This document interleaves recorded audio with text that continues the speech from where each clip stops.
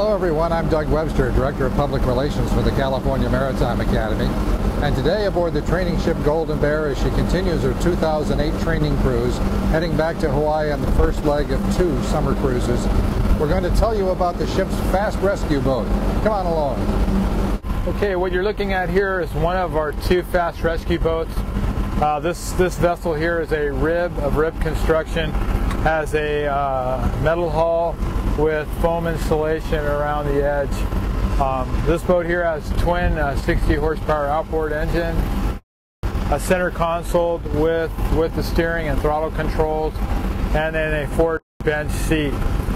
Well, we start the process off with a cadet person in charge, or they call it the CPIC. There's also an officer person in charge, a crane operator, and a couple of people on the tag lines, bow and stern. We proceed by picking the fast rescue boat vertically straight up with, like I said, one person on the bow tending a tag line, one person on the stern tending the line. The crane operator lifts the boat, and then we bring her down to where we can deploy our crew on board. Usually you have an officer in the boat and 2 cadets. He gives the signals to the cadet person in charge on deck. It starts by whipping down, which is the motion, finger down. They whip the boat, I would say, within 5 feet of the water line, and then the boat operator gives the person on deck the signal of boom down. Once the vessel is boomed down into the water, they release with your releasing point. They release the boat, then the boat is free on its sea painter.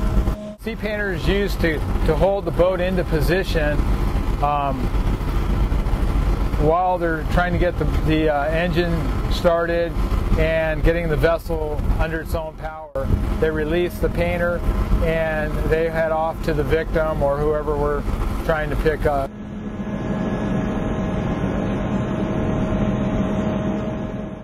When the rescue boat comes back alongside, first thing they do is they run up towards the shoulder of the ship and grab the sea painter. The sea painter's length will then let the boat ride back onto the painter, and when the painter's tight, we'll be in position to repick the boat up with the crane.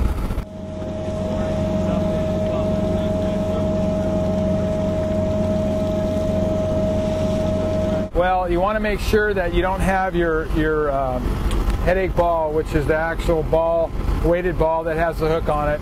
You want to make sure its distance off the water isn't too great. Otherwise, when they hook the ball up and they drop into the swell, they'll actually lift the vessel up out of the water and could knock the personnel in the boat out of the water. So you have to make sure that the headache ball is within, I would say, 3 feet of the surface, that they reconnect, and then once the ball is reconnected, then they immediately have to whip up on with the crane, and the boat operators now once again giving the signals to the cadet in charge on deck, who is giving the hand signals to the crane operator, and they raise the boat up to the embarkation deck. From the time we get the signal, man overboard signal, to the time that we have the boat deployed, within 5 minutes is a good time.